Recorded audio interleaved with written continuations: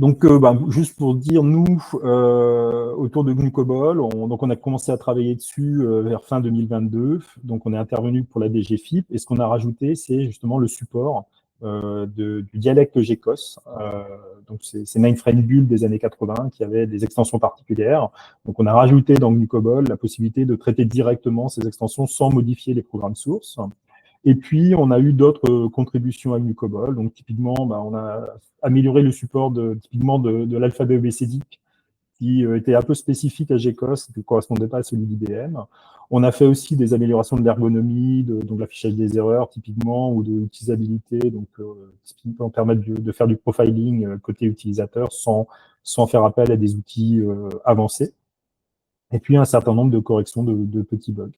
Et puis, on a contribué à l'écosystème. Donc, typiquement, on a fait aussi des améliorations d'un outil qui s'appelle GCSort, un outil de tri des fichiers. Pareil, principalement autour de l'EBCDIC, mais voilà.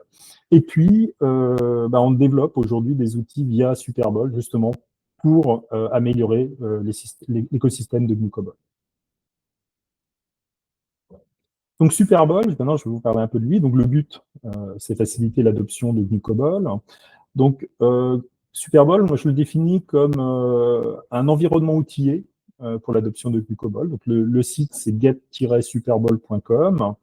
Et la mission, le but, c'est, je le répète un peu, c'est faciliter l'adoption de GNU COBOL dans l'industrie pour remplacer de l'outillage propriétaire.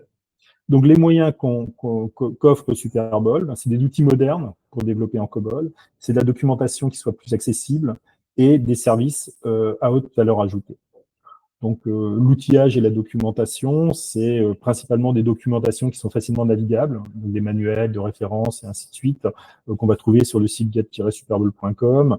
Des releases binaires qu'on a commencé par faire pour GNU COBOL, principalement pour Windows, mais on va essayer de viser d'autres systèmes rapidement. Et puis, ce qu'on appelle le Superbol Studio, qui est une extension de VS Code pour COBOL avec ce qu'on appelle un LSP. Et le LSP va permettre justement d'avoir tout ce qu'on attend d'un éditeur moderne quand on travaille dans un langage moderne. Donc, le Superbol Studio, il est toujours en cours de développement. Donc, j'ai mis l'URL, c'est sur GitHub, dans Camel Pro, superbol-studio-oss. On peut le télécharger sur OpenVSX. Alors, enfin, on avait fait une première release. Je crois qu'on l'avait suspendu pour pouvoir corriger un certain nombre de bugs. Et je pense qu'il y a une version qui est en cours de republication en ce moment même. Donc, j'espère que si vous voulez l'utiliser, vous pouvez aller sur OpenVSX pour la télécharger. Et puis, bien sûr, dès que ce sera un peu plus stable, on la mettra sur la marketplace de VS Code. Donc, les releases, en gros, on a pour l'instant déjà réalisé la version alpha à la fin de l'année 2023. Aujourd'hui, on travaille plutôt sur la version bêta qu'on espère vraiment avoir quelque chose d'assez conséquent au prochain trimestre. Et puis, on vise vraiment à avoir une version stable en fin d'année avec typiquement le maximum de support d'extension. Parce qu'en fait, la première version se concentrait principalement sur COBOL 85. Et l'idée, c'est que maintenant, on veut aller à la fois vers supporter les nouveaux standards ISO et les extensions les plus courantes utilisées dans le COBOL.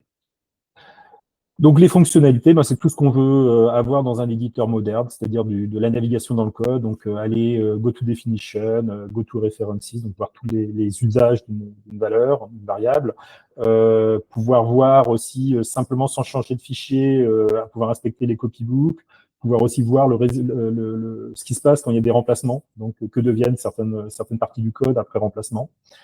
Du folding, typiquement aussi pour bien naviguer dans le code de façon à avoir une vision concise du code. Et puis d'autres services comme l'indentation, la colorisation, l'autocomplétion, enfin ce genre de choses qui sont, on va dire, un peu standards dans ce qu'attendent les développeurs modernes, en fait. Bien sûr, ça fait de la compilation, du debug, on peut faire de l'exécution à pas, inspecter les données, ce genre de choses directement depuis VS Code. Et puis, le gros travail qu'on fait en ce moment, c'est ce dont je parlais tout à l'heure, c'est vraiment de supporter le maximum de standards et de dialectes. Alors en fait, je vous avais mis un GIF animé qui vous montrait le comportement un peu d'un exemple. Mais là, le problème, c'est que comme je suis passé sur une version PDF, en fait, je n'ai plus le GIF animé. Donc vous voyez simplement VS Code où ben, on voit qu'il y a la colorisation sur le code. On ne voit pas, hélas, le fait que ben, on pouvait afficher, par exemple, pour la variable compte, tous ces usages dans la suite du programme. Euh, alors, c'est... Si quelqu'un veut intervenir, d'accord, merci. Donc, je vais finir avec les services qu'on apporte autour de Superbol et de Glucobol. Donc, à nouveau, le but, c'est toujours faciliter l'adoption de Glucobol. Et donc, nous, ce qu'on peut faire pour aider ça, c'est d'une part de la maintenance corrective, donc typiquement dans Glucobol, mais aussi dans tout l'écosystème open source qui va autour. Donc, c'est de la correction de bugs. Ça peut être de la réactivité sur bug critique. Donc, parfois, certains utilisateurs peuvent avoir besoin euh, à terme, enfin, ont des obligations réglementaires d'avoir de la réactivité sur bug critique. Et donc, c'est typiquement un service qu'on peut fournir sur Glucobol et son écosystème. On fait aussi de la maintenance évolutive, donc ça c'est ce que j'ai présenté sur le fait on peut améliorer des dialectes. Donc là on a rajouté celui de GCOS, mais on peut aussi faire des améliorations dans ceux de Microfocus ou d'IBM et ainsi de suite.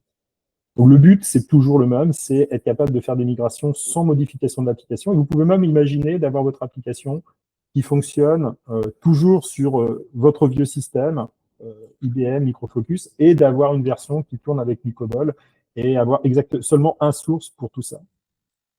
Et puis, on peut être amené aussi à faire de l'amélioration de performance, de l'interfaçage et tout ce type de service, à nouveau, sur Nicobol et son écosystème. On fournit aussi la possibilité de faire des audits et des proof of concept pour la migration vers Nicobol. Donc, regarder un peu une application et essayer de comprendre quelle est la difficulté de la faire passer sur Nicobol. Et puis, pour ceux qui décident de faire vraiment la migration, ben, on peut, avec des intégrateurs, faire de l'aide à la maîtrise d'ouvrage, toujours pour cette migration.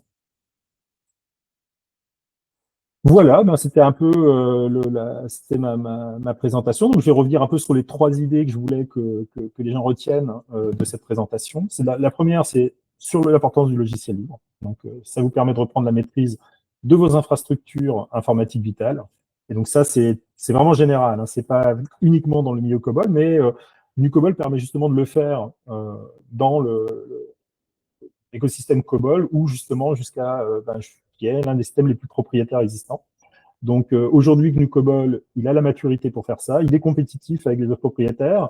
Et en discutant même avec les gens d'ObjectWay, qui ont fait passer des gens de Microfocus à GNU COBOL, ce qu'ils nous disent, c'est qu'en fait, les utilisateurs étaient très, très contents de passer à GNU COBOL parce que justement, il vient avec tout cet écosystème open source, d'outils open source qui travaillent avec et qui n'étaient pas disponibles dans l'environnement de Microfocus. Et donc ça, c'était une valeur ajoutée non seulement pour ObjectWay, mais pour les clients d'ObjectWay aussi, d'avoir cette possibilité-là.